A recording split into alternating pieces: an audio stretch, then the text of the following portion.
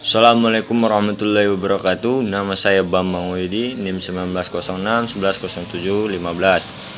Nah, di video kali ini kita akan membahas tentang korupsi. Sebelum kita lebih detail menjelaskan tentang korupsi, kita tahu dulu apa sih korupsi tersebut. Nah, pengertian dari korupsi itu adalah penyalahgunaan kepercayaan atau kekuasaan untuk kepentingan pribadi tetapi merugikan orang lain atau banyak pihak. Berarti di sini ada penyalahgunaan kepercayaan yang diberikan dari seseorang, tidak menjalankan dengan amanah tetapi malah disalahgunakan untuk kepentingan pribadi. Oke, kita lanjut pembahasan kita tentang korupsi.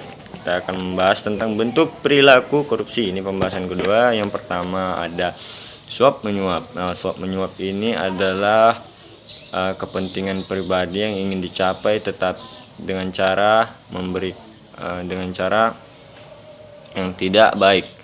Contoh memberikan uang kepada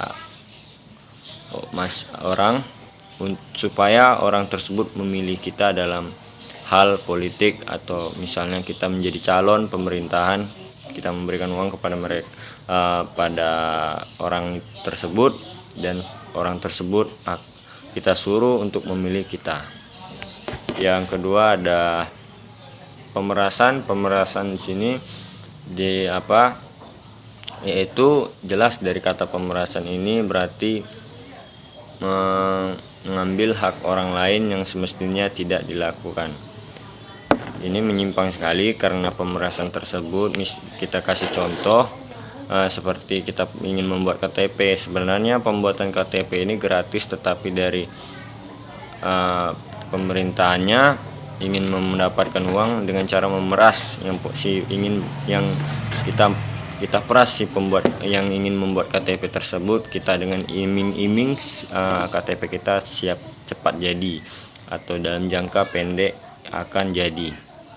Dan yang ketiga ada kerugian keuangan negara. Ini biasa umum terjadi di negara-negara karena dana yang misalnya dana disalurkan untuk masyarakat, misalnya 2 juta, tetapi sampai kita diamanahkan untuk memberikan uang tersebut, tetapi malah kita memotong uang tersebut 50% hingga menjadi 1 juta, dan 1 juta tersebut kita berikan ke tangan rakyat.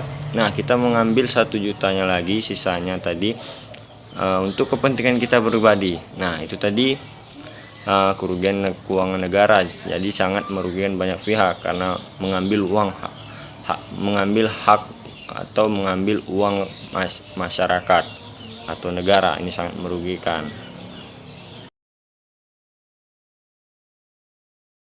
Oke, selanjutnya kita akan membahas tentang faktor penyebab terjadinya korupsi. Di sini ada 2 jenis faktor penyebab terjadi korupsi. Yang pertama ada faktor internal dan eksternal. Nah, faktor internal tersendiri yaitu dalam diri kita sendiri. Yang pertama adanya sifat tamak dari diri kita sendiri, yang tidak puas dengan apa yang diberikan. Kita ingin mengambil lebih dari yang kita dapatkan. Yang kedua ada tidak adanya moral dalam diri kita sendiri. Udah tahu korupsi tersebut salah dan merugikan, malah tetap dilakukan. Nah, yang kedua ada tadi, yang 2 jenisnya ada eksternal dari luar diri kita, yaitu ada politik atau kedudukan. Biasanya sini ingin mencapai kedudukan atau ini ingin mengambil uang rakyat biasanya, seperti yang dijelaskan pertama tadi, dan itu dana sebenarnya untuk rakyat malah dipotong untuk kepentingan pribadi yang harusnya 500.000 tetapi dana yang sampai kepada masyarakat itu 200.000 karena sisanya diambil untuk kepentingan diri sendiri. Kita lanjut di pembahasan ketiga, yaitu dampak. Pembahasan selanjutnya itu dampak dari korupsi ini apa sih?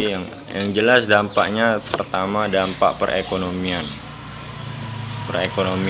sangat merugikan negara maupun orang lain, karena uang tersebut memang betul-betul diambil memang untuk pribadi dirinya sendiri, sedangkan orang lain malah tidak mendapatkan dan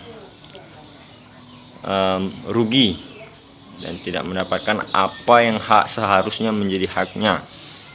Betul-betul. Yang kedua, dampaknya ketika kita melakukan korupsi itu memang betul-betul tidak akan dipercaya lagi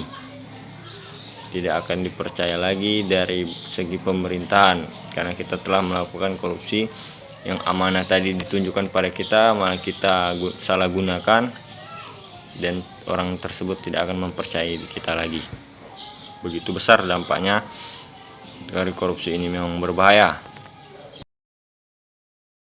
Lanjut di pembahasan terakhir, yaitu cara mengatasi korupsi atau menanggulangi korupsi. Nah, di sini akan dijelaskan. Yang pertama ada pemahaman tentang korupsi. Jika seseorang telah memahami bahaya atau korupsi tersebut, maka orang tersebut tidak akan melakukan korupsi. Yang kedua itu ada kesadaran diri sendiri. Ketika kesadaran diri sendiri sudah ada dalam diri kita bahwa korupsi itu merugikan, maka tidak akan terjadi korupsi. Yang ketiga ada hukum atau sanksi yang tegas untuk pelaku korupsi agar tidak melakukan korupsi. Ada efek jera di situ, yang efek jera untuk para pelaku korupsi agar tidak melakukan korupsi dan atau tidak ada kasus korupsi lagi, karena sanksi tegas dan hukum tegas sehingga jera melakukan korupsi. Itu tadi pembahasan tentang korupsi. Saya harap dari penjelasan tersebut kita bisa menerapkan dan mengimplementasikan bahwa korupsi itu tidak baik dan menyimpang dan merugikan negara. Maka perlunya pendidikan korupsi tersebut bagi setiap generasi bangsa agar mereka memahami tentang korupsi dan bahayanya korupsi tersebut agar tidak terjadi korupsi di negara tersebut. Oke, itu saja penjelasan saya. Terima kasih. Assalamualaikum warahmatullahi wabarakatuh.